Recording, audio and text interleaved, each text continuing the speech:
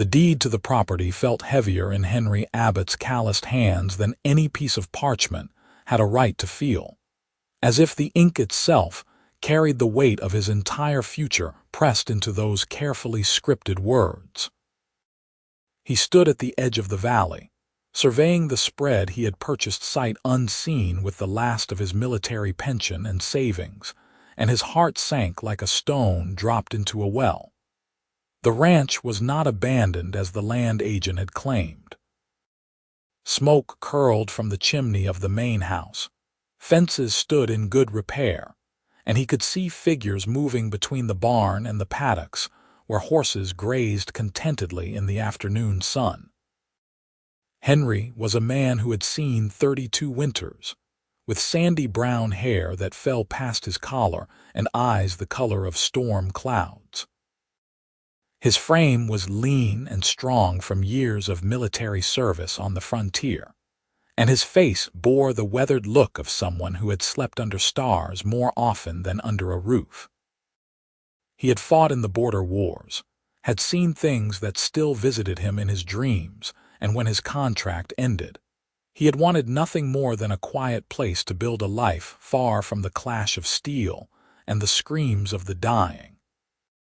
This ranch, tucked into a remote valley in the frontier territories, had seemed like a miracle when the agent had offered it at a price Henry could just barely afford. Now, standing here with the deed clutched in his hand and his pack horse loaded with everything he owned, Henry felt the first stirrings of anger mixing with his confusion. He had been swindled, clearly. The land agent must have sold him property that was already occupied, hoping Henry would be too intimidated or too tired to fight for what was rightfully his. But Henry had not survived 6 years of military service by backing down from difficult situations, and he was not about to let his one chance at peace slip away without at least trying to understand what had happened.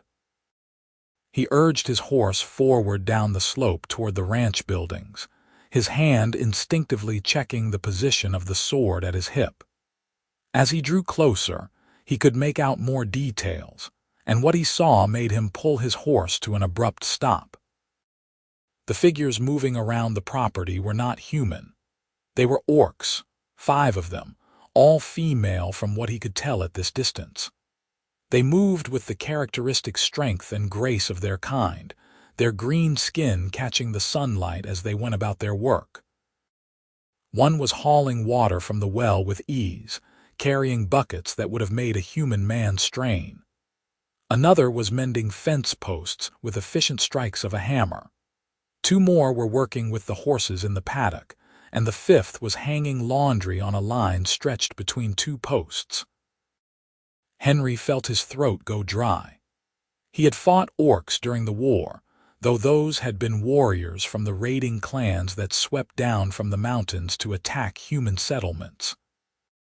These were clearly different, civilians going about the ordinary business of ranch life, but his body still tensed with the ingrained wariness that had kept him alive through countless skirmishes. Orcs and humans did not live together. That was simply how the world worked. The 2 peoples had been at odds for generations, and the prejudices ran deep on both sides. But this was his land now, legally purchased, and he needed to understand what was happening. Henry took a deep breath to steady himself and rode forward again, keeping his movements slow and non-threatening.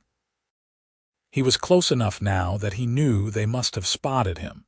And indeed, all 5 orc women had stopped their work and were watching him approach with expressions he could not quite read at this distance. He dismounted about 20 feet from the nearest building, leaving his horse ground-tied and keeping his hands visible and away from his weapon. The 5 orcs had gathered together now, forming a loose semicircle that faced him. They were all tall and powerfully built, as was typical of their kind, with the green skin and small tusks that marked them as orcs. They wore practical work clothes, leather breeches and tunics, and he could see calluses on their hands and the kind of muscular definition that came from hard physical labor. The one who stood slightly forward of the others appeared to be in her mid-20s, with her dark hair pulled back in a thick braid and eyes the color of amber.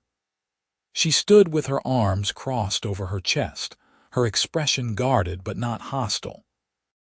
"You are on private property, human," she said, her voice carrying easily across the distance between them. It was a strong voice, confident, with the slightly rough quality that came from orcish vocal cords. Henry pulled the deed from his coat pocket and held it up. "I am Henry Abbott, and according to this document, this is my private property. I purchased this ranch 2 weeks ago from a land agent in Milford." The orc woman's eyes narrowed, and he saw her jaw tighten. The other 4 shifted their stances slightly, and Henry became acutely aware that he was outnumbered, and that any one of these women could probably break him in half if they chose to. Orcs were simply stronger than humans, especially orc women, who retained the natural power of their kind without the slightly reduced physical capacity that human women often had compared to human men. "Let me see that," the lead orc said, stepping forward with her hand extended. Henry hesitated only a moment before walking closer and handing over the deed. She took it carefully, her eyes scanning the document with clear intelligence and literacy. Her expression grew darker as she read, and when she finished, she looked up at him with something that might have been pain mixed with her anger. "Gareth," she said quietly, more to herself than to him. "That lying, cheating snake of a man. You know the land agent?" Henry asked, confused. She handed the deed back to him with a heavy sigh. "Gareth was our employer, the human who owned this ranch before. He hired us 3 years ago when we came down from the mountains looking for work. We have been running this place ever since, doing all the work, and he promised us that we would have shares in the ranch eventually, that we would become partners." Understanding began to dawn on Henry, and with it came a surge of sympathy mixed with his own frustration. "Let me guess," he said slowly. "He disappeared without warning, sold the place out from under you, and left with all the profits." The orc woman nodded, her tusks catching the light as her lips pressed into a thin line. "Exactly that. We woke up one morning 2 weeks ago and found him gone, along with all the money from the last cattle sale and everything of value from the house. We thought perhaps he had abandoned the ranch and we could claim it through homestead rights, but I suppose he found a faster way to profit." Henry looked around at the well-maintained buildings, the healthy animals, the signs of careful stewardship everywhere he looked. These women had clearly poured their hearts and considerable labor into this place, and they had been betrayed just as thoroughly as he had, perhaps more so. He ran a hand through his hair, trying to think through the tangle of legal and practical problems this created. "What are your names?" he asked finally. The lead orc studied him for a long moment, as if trying to assess whether he was trustworthy, then apparently decided that basic courtesy cost nothing. "I am Vara. This is Mika, Tessa, Bryn, and Lyra." She pointed to each of the others in turn. Mika was shorter than the rest, with a stocky build and hair cropped close to her skull. Tessa was the tallest, with a scar running through her left eyebrow and a bearing that suggested military training. Bryn had softer features than the others, with her hair in dozens of small braids. Lyra was the youngest looking, perhaps 19 or 20, with wide dark eyes that watched Henry with open curiosity. "I am sorry this happened to you," Henry said, and he meant it. "To all of you. But I did purchase this land legally, and I spent everything I had to do it. I cannot simply walk away." "We cannot either," Vara said flatly. "We have nowhere else to go. When we left our clan to work for Gareth, we were cast out for choosing to live among humans. We cannot return, and no other human employer will hire orcs for honest work. This ranch is all we have." The standoff stretched between them, uncomfortable and tense. Henry looked at these 5 women who had been working this land for 3 years, who had built something here only to have it stolen from them. He thought about his own dreams of peace and a quiet life, of rebuilding himself after the horrors of war. He thought about the prejudices that ran so deep between their peoples, the taboos against orcs and humans living together, the scandal it would cause if anyone found out. Then he thought about the practical realities. He had no idea how to run a ranch. His experience was all in military service and the basics of camp survival. These women clearly knew what they were doing, and the ranch was obviously thriving under their care. He needed them as much as they needed a place to stay. "Proposition," Henry said, the word coming out before he had fully thought it through. "You stay. You keep doing what you have been doing, running the place. I will provide the legal ownership and any protection that comes from having a human name on the deed. We split the profits evenly, 6 ways." All 5 orcs stared at him as if he had just suggested they sprout wings and fly. Vara's mouth had actually fallen slightly open, showing her small tusks more prominently. "You would do that?" she asked, her voice thick with suspicion. "Share ownership with orcs?" "I would enter into a business partnership with 5 people who clearly know how to run a successful ranch, yes," Henry said. "I am not going to pretend I am not wary. I fought orcs in the war, and I am guessing some of you or your families fought humans. But I also spent everything I have on this land, and I am not too proud to admit that I need help if I am going to make anything of it." Mika stepped forward, her eyes sharp. "What is to stop you from working us for a season and then kicking us out like Gareth did? Or worse?" It was a fair question, and Henry appreciated her directness. "Nothing, I suppose, except my word, which I know means little coming from a stranger, but I can offer you the same question in reverse. What is to stop the 5 of you from killing me in my sleep and claiming I abandoned the place like Gareth did?" Tessa, the tall one with the scar, let out a short bark of laughter.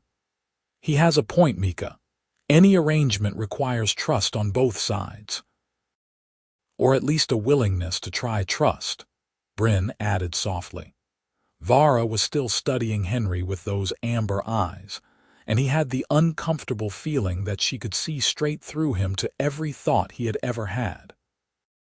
Finally, she glanced at the other 4, and something passed between them without words, the kind of communication that came from people who had worked and lived together for years. "1 season," Vara said, turning back to Henry. "We will try this for 1 season, spring planting to fall harvest. If it works, we discuss making it permanent. If it does not, we part ways and you pay us fair wages for the time worked." "Agreed," Henry said, stepping forward and extending his hand. Vara looked at his offered hand for a moment, then reached out and clasped it. Her grip was strong, almost painfully so, but she did not squeeze hard enough to cause real discomfort. Her palm was calloused and warm, and the handshake felt like sealing a pact that went beyond simple business. "There is a spare room in the main house," Vara said, releasing his hand. "It is small, but it has a bed and a window. We 5 share the other bedrooms. You can put your horse in the barn. 3rd stall on the left is empty." "Thank you," Henry said, then hesitated. "I know this is strange for all of us. I will do my best to pull my weight and learn what I need to know." "See that you do," Mika said, though there was less hostility in her voice now than there had been before. "This ranch does not run itself, and we have no use for someone who just wants to sit around collecting profits." Henry smiled slightly at that. "I am not afraid of hard work. Just tell me what needs doing." Over the following days, Henry began to learn the rhythms of ranch life and to understand just how much work went into keeping the place running. He woke before dawn each morning to the sound of the others already moving around, starting fires and beginning the first round of chores. Vara ran the operation with quiet efficiency, assigning tasks and keeping track of everything that needed attention. Mika handled the livestock, caring for the horses, cattle, and chickens with a gentleness that seemed at odds with her gruff exterior. Tessa maintained all the equipment and buildings, her hands skilled at carpentry and metalwork. Bryn managed the kitchen garden and did most of the cooking, somehow producing hearty meals from simple ingredients. Lyra, despite being the youngest, had a gift with numbers and kept the ranch's accounts in neat ledgers, tracking every expense and income. Henry threw himself into learning whatever they would teach him. He mucked out stalls alongside Mika, learning which horses had which temperaments and how to spot the early signs of illness or injury. He worked with Tessa to repair a section of the barn roof, his fingers clumsy at first with the tools, until she showed him the proper techniques with surprising patience. He helped Bryn in the garden, learning which plants were weeds and which were valuable crops, and discovering that he actually enjoyed the meditative quality of working the soil. It was exhausting work, more physically demanding than military service had been because it was constant and never-ending. There was always something that needed attention, always another task waiting. But it was also satisfying in a way that fighting had never been. At the end of each day, Henry could look around and see tangible results of his labor. A repaired fence, a clean barn, a garden with straight rows of emerging seedlings. The orc women slowly began to relax around him, though it was a gradual process measured in small increments of trust.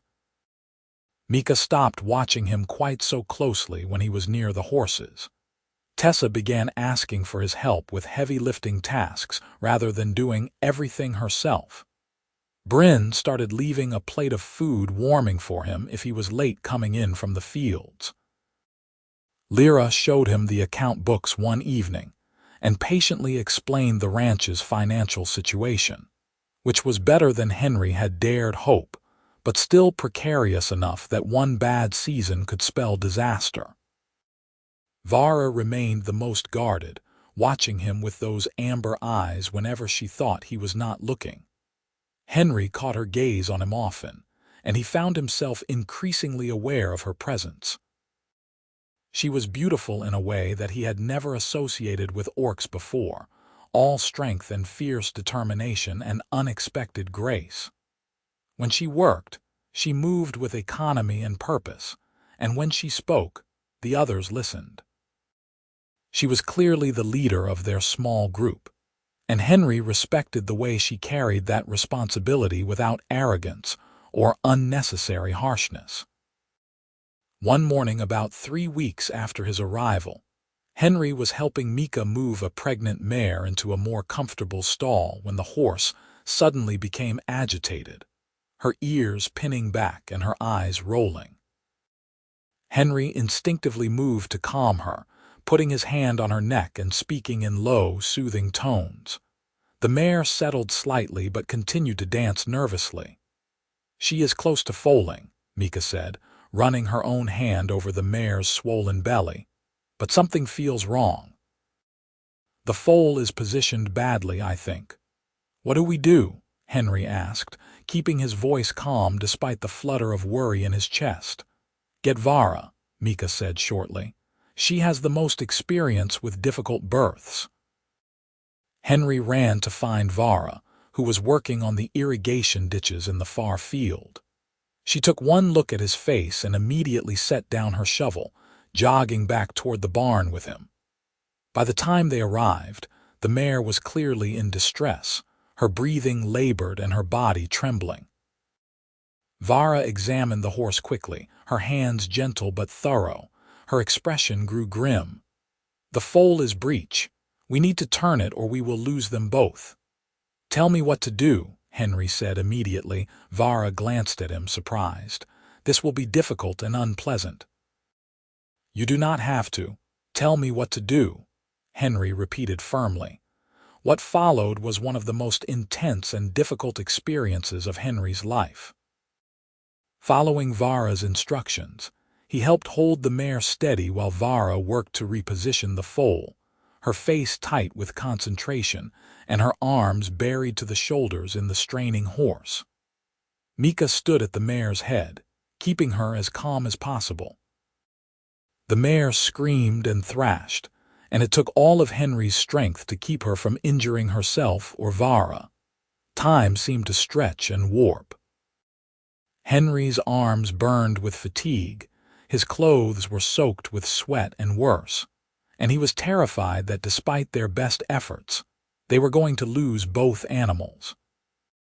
But Vara never gave up, never stopped trying, her jaw set with determination and her hands working with incredible skill and care. Finally, after what felt like hours but was probably only 30 minutes, Vara let out a sharp breath. "Got it. The foal is turned. Now we wait in hope." They did not have to wait long. The mare, exhausted but no longer fighting an impossible birth, pushed with renewed strength. The foal emerged in a rush of fluid, landing in the straw in a tangle of spindly legs and wet hide. For a terrifying moment, it did not move. Then it shuddered, coughed, and took its first breath. Vara sat back in the straw, her arms covered in blood and birth fluids, her face shining with sweat, and smiled. It was the first real smile Henry had seen from her, bright and unguarded, and it transformed her face into something radiant. "We did it," she said, and there was wonder in her voice. "You did it," Henry corrected, his own relief making him almost dizzy. "I just helped." "You did more than that," Mika said quietly, standing and stretching her back. "Many humans would have run from this kind of work. You stayed." Henry looked at the foal, now struggling to stand on wobbling legs, and then at Vara, still sitting in the straw with that smile on her face. Something shifted in his chest, a feeling he could not quite name, but that felt warm and dangerous all at once. "Of course I stayed," he said. "We are partners." The days grew longer as spring deepened into early summer, and the ranch flourished under their combined efforts. The cattle fattened on the fresh grass, the garden produced its first crops of early vegetables, and the foal that had nearly died now raced around the paddock on increasingly steady legs.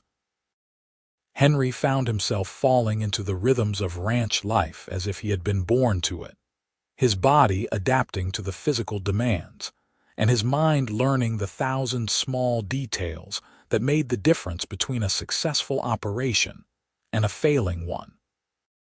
He also found himself increasingly drawn to Vara in ways that complicated his peace of mind.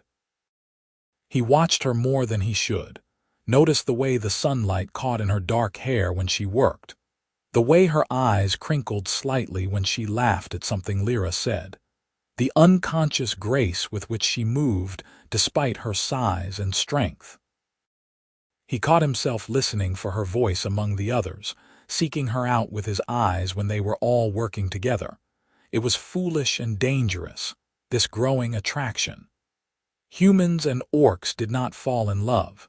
The prejudices on both sides ran too deep, the cultural taboos too strong. If word got out that he was living with 5 orc women, there would be scandal enough. If anyone suspected anything romantic was developing, it could mean violence for all of them. But the heart, Henry was discovering, paid little attention to practical concerns. One evening after supper, Henry found Vara sitting on the porch of the main house, looking out over the valley as the sun set in shades of orange and purple. The others had gone to their rooms or to the barn to check on the animals one last time before bed. Henry hesitated, then walked over and sat down on the porch steps near her, not so close as to be intrusive but close enough to talk quietly. "Beautiful sunset," he offered. "It is," Vara agreed, her eyes still on the horizon. "I never get tired of this view. When we first came here, when Gareth first hired us, I used to sit out here every evening and think that maybe we had finally found a place where we could belong." "And now?" Henry asked. Vara was quiet for a moment. "Now I am not sure." "You have kept your word, and that is more than I expected from a human, if I am being honest. But I keep waiting for the other shoe to drop, as the saying goes. For you to decide we are too much trouble, or too different, or that the scandal is not worth the help we provide." Henry felt a pang at the weariness in her voice, the bone-deep exhaustion that came from always having to be on guard, always having to prove yourself worthy of basic decency.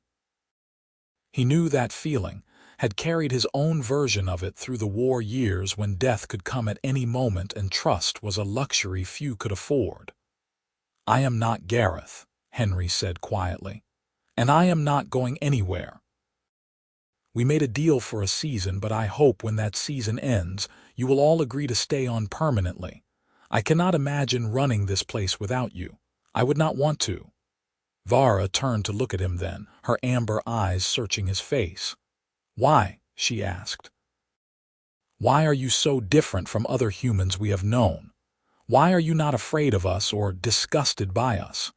Henry considered the question carefully, knowing that his answer mattered. "I was afraid," he admitted. "When I first saw you all here, my instincts from the war kicked in and I was terrified. I fought orcs in the border conflicts, and I saw terrible things done on both sides. But I also learned in the military that people are more than the flags they fight under or the color of their skin. I served with men who looked like heroes but were monsters, and I fought against warriors who showed more honor than many on my own side. I am tired of judging people by what they are instead of who they are." "A pretty philosophy," Vara said, but there was no mockery in her tone. "But do you really believe it? Or is this just convenient because you need us to keep your ranch running?" "I believe it," Henry said, and realized as he spoke that it was true in ways that went beyond simple expediency. "And yes, I needed you at first. But now I want you here, all of you, because you have made this place feel like it could actually become a home. I have not had a home in a long time, Vara, not since before the war. I did not realize how much I missed it until I found it here." Vara's expression softened slightly, some of the guardedness easing from her posture. "We have not had a home either," she said quietly. "Not since we left the clan. Orcs are not solitary creatures by nature. We need our communities, our connections. Being exiled, even by our own choice, it carves something out of you. Working here, building something together, it has started to fill that hollow place. But we have been afraid to believe in it too much because we lost it once already." "Then maybe we all need to take a risk on each other," Henry said. "I know it is not easy. Trust is hard, especially when you have been betrayed. But I think what we are building here is worth the risk." They sat in companionable silence as the last light faded from the sky and the first stars began to appear. Henry was acutely aware of Vara sitting so close, of the warmth of her presence and the subtle scent of her, which was earthy and clean like sun-warmed stone. He wanted to reach out, to close the small distance between them, but he held himself still. It was too soon, too complicated, and he had no idea if she felt even a fraction of what he was beginning to feel for her.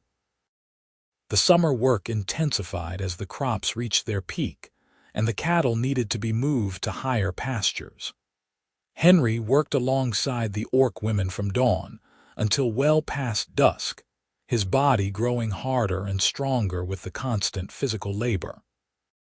He learned to ride like someone born to the saddle, to throw a rope with reasonable accuracy, to read the weather by the behavior of the animals and the feel of the wind.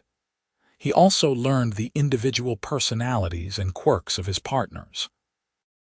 Mika had a dry sense of humor that caught him off guard and made him laugh. Tessa told the most outrageous war stories, some of which were probably even true and could drink anyone under the table. Bryn sang while she cooked, lovely haunting songs in the Orcish language that Henry did not understand but found beautiful. Lyra was shy but wickedly smart, and she had started teaching Henry the basics of accounting and trade in the evenings after supper. And Vara continued to occupy more and more of his thoughts, until he found himself inventing excuses to work near her, to hear her laugh, to catch those moments when she let her guard down and showed the softer, gentler parts of herself that she usually kept hidden. He was falling in love with her, Henry realized one morning as he watched her working with a young colt, her hands patient and her voice low and soothing. The realization should have terrified him, should have sent him running for the rational safety of maintaining professional distance. Instead, he felt a sense of rightness, as if this was something that had been slowly building since the moment he first saw her standing in the ranch yard with her arms crossed, and her eyes flashing with barely restrained anger. The question was whether she felt anything similar, and whether either of them was brave enough to act on it if she did. The answer came sooner than Henry expected, though not in the way he would have chosen. It was a hot afternoon in midsummer when the riders appeared on the ridge overlooking the ranch. Henry spotted them first, 5 men on horseback, and something about the way they sat their mounts made his instincts prickle with warning. He was working on the roof of the equipment shed with Tessa, and he tapped her shoulder and pointed. Tessa followed his gaze and her expression darkened. "Trouble," she said shortly, and climbed down the ladder with quick efficiency. By the time the riders reached the ranch yard, all 6 inhabitants had gathered together in a loose group. Henry positioned himself slightly forward, aware that his presence as a human male might provide some protection for the others. The riders were all human men, ranging from their 20s to their 40s, dressed in the rough clothes of frontier settlers. They looked hard and weathered, and several of them had weapons visible at their sides. The leader, a man with a thick beard and cold blue eyes, pulled his horse to a stop and looked over the group with an expression of distaste. His gaze lingered on the orc women with open contempt before settling on Henry. "You the owner of this spread?" the man asked.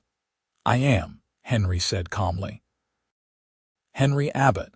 Can I help you with something? Name is Pike. Got a ranch about 15 miles west of here. We are having some trouble with orcs raiding our cattle. Wondered if you had seen or heard anything suspicious." Henry kept his face neutral despite the tension suddenly crackling in the air. "I have not noticed any problems with raiders. When did your cattle go missing?" "Last few weeks. Keep finding stock dead or missing. Tracks suggest orcs, and we tracked a group of them to this general area." Pike's eyes moved deliberately over Vara and the others. "Seems you got a whole nest of them right here." "These women work for me," Henry said, his voice hardening. "They have been here for years, long before I arrived. They are not raiders." "How do you know?" one of the other riders asked. "Everyone knows orcs are thieves and killers." "Just their nature." Mika made a low sound deep in her throat, and Henry saw Tessa's hand drift toward the knife at her belt. He needed to de-escalate this situation before it turned violent. "I know because I have been living and working with them for months now," Henry said firmly. "They have been nowhere near your ranch, Pike. If you have a raiding problem, it is not coming from here." Pike's expression suggested he did not believe a word of that, but he was also eyeing the group with calculation. 6 against 5 were not bad odds, but Henry was clearly a trained fighter from his bearing, and the orc women were all larger and stronger than human men. It would be a costly fight if it came to violence. "Maybe not," Pike said slowly. "But I am telling you now, we are not going to tolerate orcs in this valley." Folks around here have been talking, Abbott, wondering what kind of man lives with a bunch of monsters. Some are saying you must be a traitor to your own kind, or worse. What people say is their own concern, Henry replied coldly. This is my land, legally purchased, and I will run it as I see fit. Now, if you have no other business here, I would appreciate it if you left. Pike stared at him for a long moment, then spat into the dust. You have been warned, Abbott. Things have a way of getting unpleasant for people who do not fit in around here. Would be a shame if this nice ranch of yours had any accidents. It was a clear threat, and Henry felt his temper rising despite his efforts to stay calm. But before he could respond, Vara stepped forward to stand beside him, her chin raised and her eyes blazing. Let me make something clear, she said, her voice ringing with authority. We have built this ranch with our own hands and sweat. We will not be driven off by cowards who make threats while outnumbered and who blame others for their own failures as ranchers. If you come back here looking for trouble, you will find more than you bargained for. The tension stretched taut enough to snap. Several of the riders put hands on their weapons, and Henry prepared himself for the fight he knew was coming. But Pike raised a hand, stopping his men. Got some fire in you, do you? He said to Vara. Just makes you more dangerous. Mark my words, all of you. This is not over. He wheeled his horse around and rode off, his companions following. Henry and the others stood watching until the riders disappeared over the ridge, and only then did he allow himself to relax slightly. That was bad, Bryn said quietly, voicing what they were all thinking. That was a promise of violence, Tessa corrected grimly. Pike and his friends will be back, and next time they will come with more men and worse intentions. Henry ran a hand through his hair, his mind racing. We need to be ready. Post watches at night, keep weapons close. And we should send word to the nearest town that we may need legal assistance if they try to claim we are the raiders. Legal assistance, Mika said with bitter laugh. You think human law will protect orcs against the word of human ranchers. You are more naive than I thought, Abbott. She was right, and Henry knew it. The prejudices against orcs ran deep, and in a frontier territory where formal law enforcement was scarce, mob justice was common. If Pike convinced enough of the local humans that the orc women were responsible for the raids, nothing short of leaving would protect them. Then we protect ourselves, Henry said firmly. We have right on our side, and we have this. He gestured to the ranch around them. We have built something worth defending, and I am not going to let Pike or anyone else take it from you. From us. Vara was looking at him with an expression he could not quite read, something between gratitude and sadness. Henry, you should understand what you are saying. If you defend us against other humans, you will be marked as a traitor. You will lose any chance of acceptance in human society. Your life will be tied to ours for good or ill.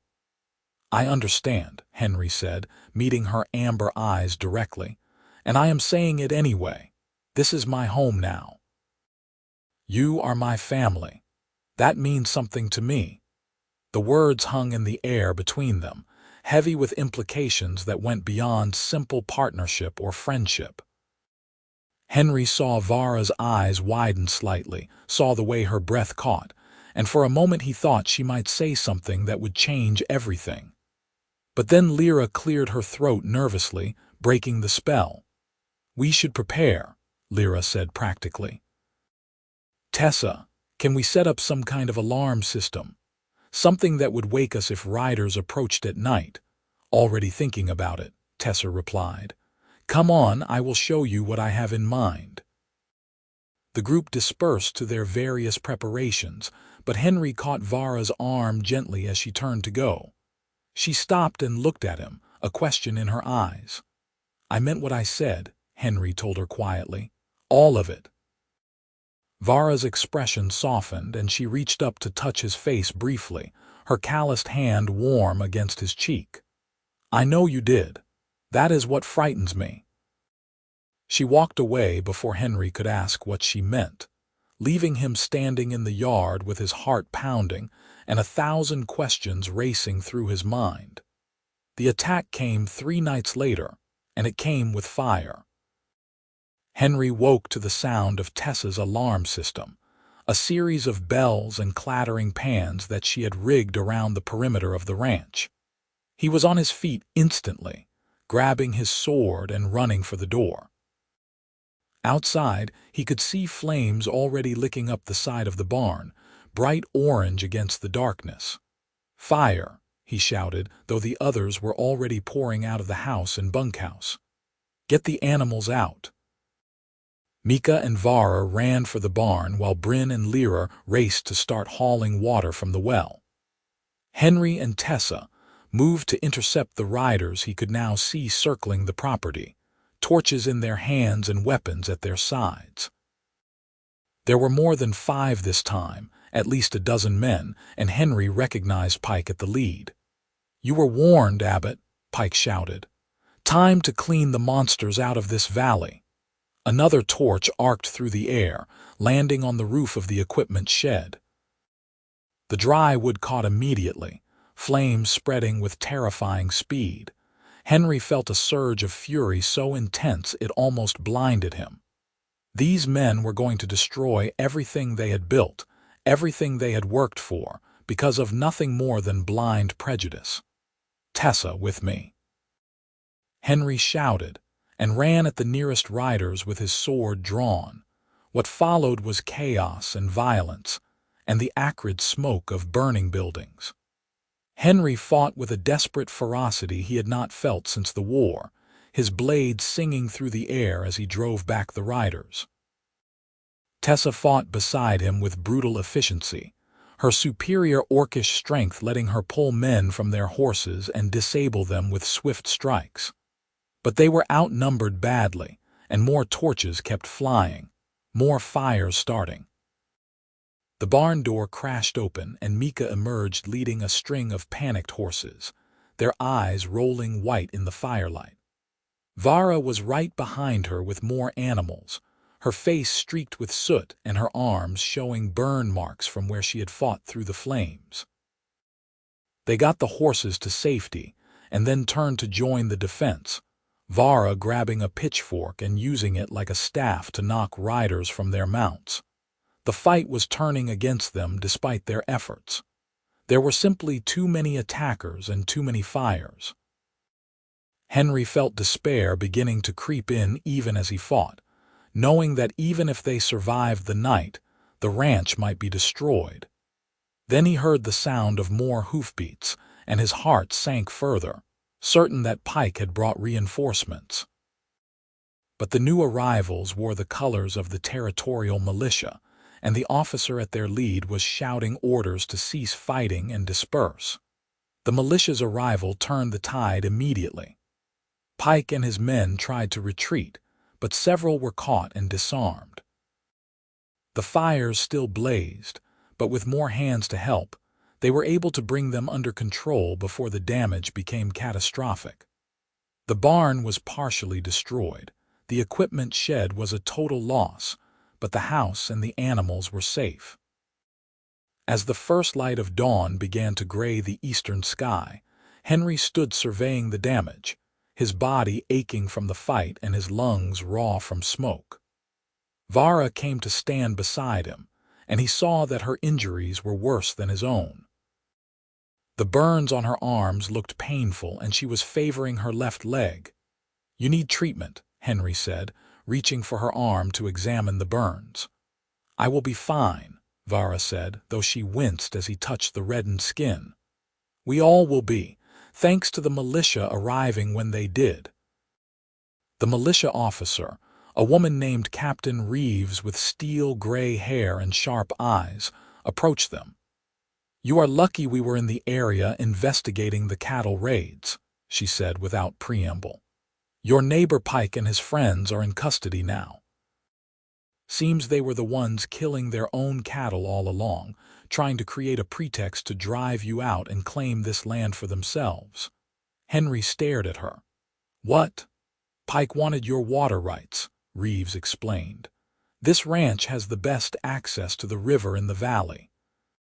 He has been struggling with drought on his spread, and he figured if he could run you off, he could file a claim on the land before anyone else. The orc women made a convenient scapegoat for his scheme. Vara made a sound that was half laugh, half sob. Of course. It is always about greed in the end, is it not? Reeves looked at her with something that might have been sympathy. I will not lie to you. There will be others like Pike who do not want orcs in this valley. But you have legal right to be here. And as long as you are not causing trouble, the territorial government will protect that right. I suggest you rebuild and make it clear you are here to stay. After the militia had left with their prisoners, the 6 inhabitants of the ranch stood together in the dawn light, looking at the damaged buildings and the work that lay ahead of them. They were exhausted, injured, and covered in soot and blood. But they were alive, and they were together. We rebuild, Vara said, her voice firm despite her obvious pain. We make this place stronger than before. We show them that we cannot be driven out. Together, Henry agreed and reached out to take her hand. She did not pull away, and her fingers tightened around his. The rebuilding took weeks of hard labor. They salvaged what they could from the burned buildings and purchased new materials with money that made Lyra wince every time she updated the account books. Every person worked to the point of exhaustion each day, then rose the next morning to do it again. But slowly, steadily, new structures rose from the ashes of the old. Henry found himself working side by side with Vara more often than not, their partnership evolving into something deeper and more natural with each passing day. They developed a rhythm together, able to communicate with glances and small gestures, anticipating each other's needs and thoughts. The attraction that Henry had been trying to manage grew stronger, more impossible to ignore, but he held himself back, afraid of pushing too hard and ruining the friendship they had built. It was Vara who finally broke the tension between them, one evening when they were working late to finish the roof on the new barn. The others had already gone in for the night, but Henry and Vara had wanted to finish securing the last section before rain came in. They were alone under the stars, the valley spread out below them in the darkness. Henry, Vara said quietly as they worked, "Can I ask you something personal?" "Of course," Henry replied, hammering in another nail. "Why have you never married? You are a good man, capable and kind." "Surely you must have had opportunities." Henry paused in his work, considering the question. "The war made relationships difficult. I was never in one place long enough to build anything lasting, and after the war, I think I was too broken for a while. I needed to find myself again before I could offer anything to someone else." "And now," Vara asked, "have you found yourself?" "I think I am starting to," Henry said. "This place, this work, it is healing something in me that I did not even realize was wounded. And the people here, you all, you have helped me see that there is more to life than just surviving." Vara was quiet for a moment, then set down her hammer. "I need to tell you something," she said, her voice almost too quiet to hear. "When we were cast out from our clan, it was not just because we chose to work for humans. It was because I chose to work for humans. The others followed me, trusted my judgment, and they lost everything because of my decision. I have carried that guilt every day since." Henry moved closer to her, drawn by the pain in her voice. "They do not blame you, Vara. Anyone can see how loyal they are to you, how much they trust your leadership. Perhaps, but I blamed myself. And I swore I would never let my choices hurt them again, which meant never letting myself want anything for myself, never putting my desires ahead of what was best for all of us." She turned to look at him then, and in the starlight her amber eyes were luminous. "But then you arrived, Henry Abbott, with your honest face and your willingness to share everything with us, and you made me want things I thought I had given up forever." Henry's heart was pounding so hard he was sure she must be able to hear it. "What things?" he asked, his voice rough. "You," Vara said simply. "I want you. I have wanted you for weeks now, maybe months. I watch you when I should be working. I listen for your voice. I make excuses to be near you. And I am terrified because wanting you means risking everything we have built, not just for me but for all of us." Henry reached out and took both her hands in his, holding them carefully as if they were something precious and fragile. "I want you too," he said. "I have been half in love with you since that first day when you smiled because we saved that foal. I am terrified too, Vara. What we feel, what we could be to each other, it goes against everything our peoples believe is right. But I do not care about that anymore. I only care about this about us." Vara's eyes shimmered with tears that she blinked back fiercely. "If we do this, there is no going back. We will be bound together in the eyes of everyone who knows us. You will lose the acceptance of human society forever. I will be confirmed as a traitor to Orcish ways. Our lives will be harder, Henry. Are you certain this is what you want?" "I have never been more certain of anything," Henry said, and meant it with every fiber of his being. "I do not want an easy life if it means living it without you. I want this life here with you, with all of you. This is where I belong." Vara made a small sound, half laugh and half sob, and then she was kissing him, her lips warm and urgent against his. Henry wrapped his arms around her, pulling her close, and for a moment the rest of the world ceased to exist.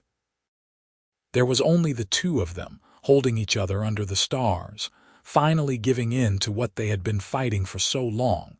When they finally pulled apart, both breathing hard, Vara rested her forehead against his. "The others will have opinions about this," she said, though she was smiling. "I am counting on it," Henry replied. "We should probably talk to them together soon. I do not want to hide what we feel." "Tomorrow," Vara agreed. "Tonight, let us just have this moment for ourselves." They finished the roof working side by side, their hands brushing more often than was strictly necessary, small smiles playing at the corners of their mouths.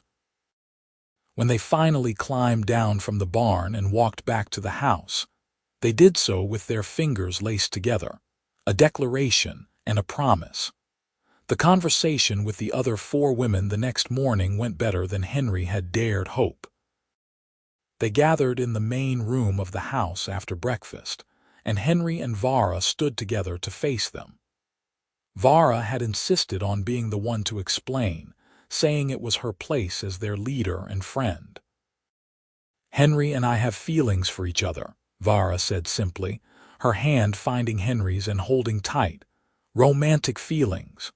We wanted you all to know because it affects all of us, not just the 2 of us." There was a moment of silence, and Henry braced himself for objections or concerns. Then Mika let out a loud laugh. "About time," Mika said, grinning. "We have been watching you 2 dance around each other for months. I was starting to think neither of you would ever work up the courage." "You knew?" Vara asked, looking surprised. "We all knew," Tessa said, rolling her eyes. "You have not exactly been subtle. The way you look at each other when you think no one is watching, please." Bryn stood and came over to hug first Vara and then Henry. "I am happy for you both," she said warmly. "You deserve happiness, Vara. You have sacrificed so much for us. It is good to see you choosing something for yourself." Lyra nodded enthusiastically. "And Henry is good people. If you are going to break taboos and scandalize both our peoples, at least you are doing it with someone worthy." Henry felt a wave of relief and affection for these women who had become his family. "Thank you," he said sincerely. "All of you. I want you to know that this does not change our partnership or my commitment to all of you. We are still in this together, all 6 of us." "Of course we are," Vara said firmly. Nothing about our arrangement changes except that Henry and I will be together. We are still 6 partners sharing this ranch and this life." "So when is the wedding?" Mika asked with a sly grin. Vara and Henry looked at each other, and Henry saw his own thoughts reflected in her eyes. They had not discussed marriage yet, but now that it had been mentioned, it felt right and inevitable. "Soon," Henry said, looking at Vara for confirmation. "If Vara will have me." "Yes," Vara said, her voice thick with emotion. "Yes, I will marry you, Henry Abbott." The wedding took place 6 weeks later on a perfect autumn day when the leaves were turning gold and red, and the air had the crisp clarity that came with the changing season. They held it on the ranch, with only the 5 other residents as witnesses. There was no priest available who would marry a human and an orc, so they wrote their own vows and spoke them to each other while standing on the ridge overlooking the valley they had worked so hard to protect. Henry wore his old military dress uniform, brushed and pressed for the occasion, and Vara wore a dress that Bryn had made for her from deep green fabric that complemented her skin beautifully. She looked stunning, fierce, and lovely all at once, and when Henry took her hands to speak his vows, his voice shook with the depth of his feelings. "Vara," he said, looking into her amber eyes, "when I came to this ranch, I thought I was looking for peace and a quiet life. But what I found was so much more. I found purpose and family and a love I never expected. You have taught me that home is not a place, it is the people you choose to stand with through good times and bad. I vow to stand with you for the rest of my life, to honor you, protect you, and love you with everything I have." Vara's eyes were bright with tears as she spoke her own vows. "Henry, you came into our lives when we had lost faith in humans and in ourselves. You showed us kindness when we expected cruelty, acceptance when we expected rejection. You fought for us, risked everything for us, and made us believe that we deserved happiness. I vow to love you fiercely and completely, to be your partner in all things, and to build a life with you that honors both our peoples and the future we choose to create together." Tessa had found 2 simple bands of silver in town, and they exchanged them as symbols of their commitment.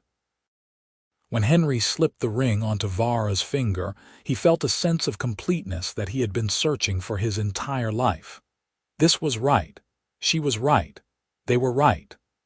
"I now pronounce you married in the eyes of all who witness," Mika declared, having appointed herself the officiant. "Henry, you may kiss your wife." Henry did, pulling Vara close and kissing her thoroughly while their small audience cheered and whistled. When they broke apart, both were smiling so widely it almost hurt, and the happiness radiating from them seemed to fill the entire valley. The celebration that followed was small but joyful. Bryn had prepared a feast from the ranch's best products, and they all ate until they were stuffed. Tessa produced a bottle of very good whiskey she had been saving for a special occasion, and they toasted the newlyweds multiple times until everyone was pleasantly warm and laughing. Lyra played a stringed instrument Henry had not known she owned, and they danced in the yard as the sun set, their shadows long on the ground. As night fell and the others drifted off to give the couple privacy, Henry and Vara stood together looking up at the stars. Henry had his arms wrapped around Vara from behind, and she leaned back against his chest with a contented sigh. "Happy?" Henry asked, pressing a kiss to her temple. "More than I ever thought possible," Vara replied. "I keep expecting to wake up and find this was all a dream." "It is real," Henry assured her. "We are real, and we have the rest of our lives to build on this foundation." "The rest of our lives," Vara repeated softly, as if testing the words. "I like the sound of that." They stayed there for a long time, wrapped in each other and in the quiet peace of their valley. The ranch that had started as a desperate gamble for all of them had become something neither human nor orc, but entirely their own. A place where prejudice could be overcome, where love could grow between the unlikeliest of people, where 6 souls who had all been lost in their own ways could find home and family together. The years that followed were not without challenges. There were neighbors who refused to accept the unusual household, who spread rumors and sometimes caused trouble. There were orcs from Vara's old clan who saw her marriage to a human as the ultimate betrayal and made threats.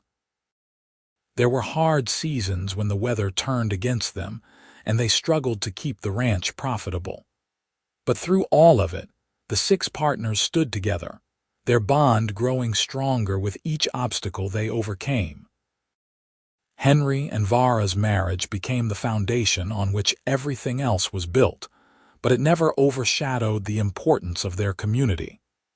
They made all major decisions together, all 6 of them, and the profits continued to be shared equally. The ranch prospered under their combined efforts, gaining a reputation throughout the territory for quality livestock and honest dealing. 5 years after the wedding, Vara gave birth to a daughter, a beautiful child with her mother's amber eyes and her father's sandy hair, and with skin that was somewhere between human tan and orcish green. They named her Alina, and she became the darling of the entire household. Mika taught her to ride as soon as she could walk. Tessa carved her toys with incredible patience and skill. Bryn sang her to sleep with orcish lullabies. Lyra read her stories and taught her numbers. And Henry and Vara loved her with a fierce protectiveness that sometimes surprised them with its intensity. Alina's existence was proof that humans and orcs could create life together, could build a future that honored both heritages. She would grow up knowing no prejudice in her home, surrounded by people who loved her for exactly who she was. And if the outside world had opinions about her mixed blood, she would face them with the strength and courage her parents had shown in choosing each other, despite everything that stood against them. As Henry stood on the porch one evening, watching Vara and Alina play in the yard while the others went about the evening chores, he felt a profound sense of gratitude. His life had not turned out anything like he had planned. When he had bought this ranch, he had been looking for peace and solitude, a quiet place to heal from the wounds of war. Instead, he had found love and family and a home more vibrant and alive than anything he could have imagined. Vara caught his eye and smiled, that radiant smile that still made his heart skip after all these years. She said something to Alina, and the little girl came running toward the porch as fast as her short legs would carry her. "Papa," Alina called, "Mama says it is time for my story." "Will you read to me?" "Of course," Henry said, scooping her up and settling her on his hip. "What story do you want tonight? The one about the brave rancher and the strong orc lady who fell in love," Alina said immediately, as she always did.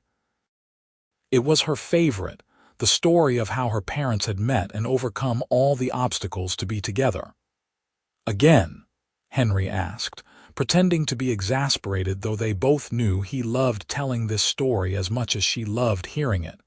"Again," Alina insisted. Vara joined them on the porch, settling into the chair next to Henry's with a tired but happy sigh. The others gradually drifted over as well, drawn by the familiar ritual of story time. Even after hearing it hundreds of times, they never seemed to tire of the tale. Henry began to speak, weaving the story of a lone rancher who bought a quiet spread and found 5 orc women already running the place. He told of suspicion turning to trust, of partnership becoming friendship, of friendship blossoming into love. He spoke of fires and fights, of courage and commitment, of choosing to build something new rather than accepting the prejudices of the old world. As he told the story, With his daughter in his lap and his wife at his side and his chosen family gathered close, Henry felt the truth of the life they had built settle over him like a warm blanket. This was home. These were his people. And the love that had started between one lonely human and one guarded orc woman had created ripples that would spread far beyond their small valley. Other mixed families would see what they had accomplished and find courage to follow their own hearts. Other communities would look at their success and question the old hatreds and divisions. Change would come slowly, as it always did, but it would come. And it had started here on this ranch, with 6 people who chose to see each other not as different species, but as individuals worthy of respect, trust, and love. The story ended as it always did, with a wedding on a ridge overlooking a beautiful valley, and with a promise of forever. Elena clapped her small hands together, satisfied with the familiar conclusion, and then announced she was ready for bed. As Henry carried his daughter inside, followed by Vara and the others, he thought about how far they had all come. The ranch that no one had wanted, the women who had been betrayed and cast out, the soldier who had been looking for peace. They had all been broken in their own ways, but together they had become whole. Together they had built something that would endure long after they were gone, a legacy of love that transcended the boundaries their world tried to impose. That night, after Elena was asleep and the house had settled into quiet, Henry and Vara lay together in their bed, holding each other in the darkness. No words were needed. They had said everything that mattered in the life they had built, in the daughter they were raising, in the family they had chosen.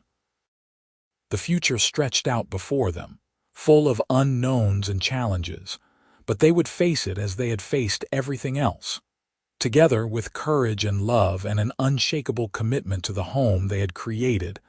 Outside, the valley slept under the stars, peaceful and content. The ranch stood strong, its buildings solid and its fields fertile.